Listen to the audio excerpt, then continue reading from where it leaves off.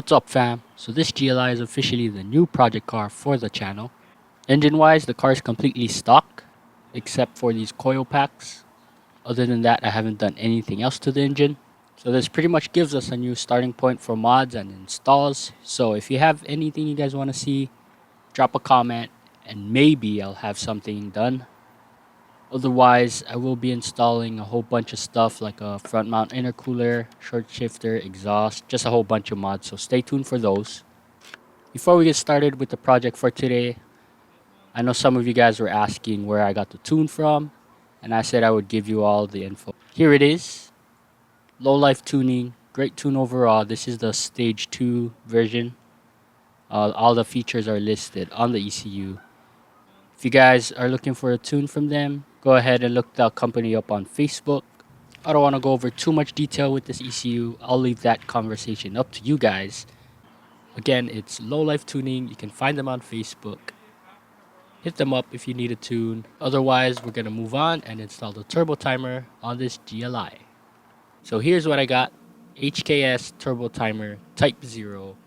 Bought this off of Craigslist for around $30. Now you don't need this specific turbo timer to install in your car. Most turbo timers are universal and can be wired to any car as long as you set it up correctly.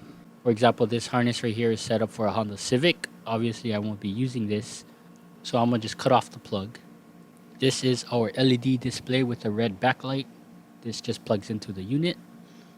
And then we have this gray wire right here, which is for the parking brake wire. And some tiny zip ties and double-sided tape.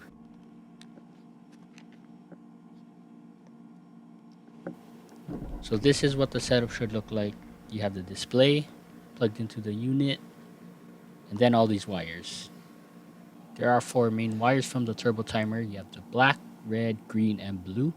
Your harness may not be the same, but for this, the wiring diagram is as follows. I will be installing this in a Volkswagen Mark IV GLI.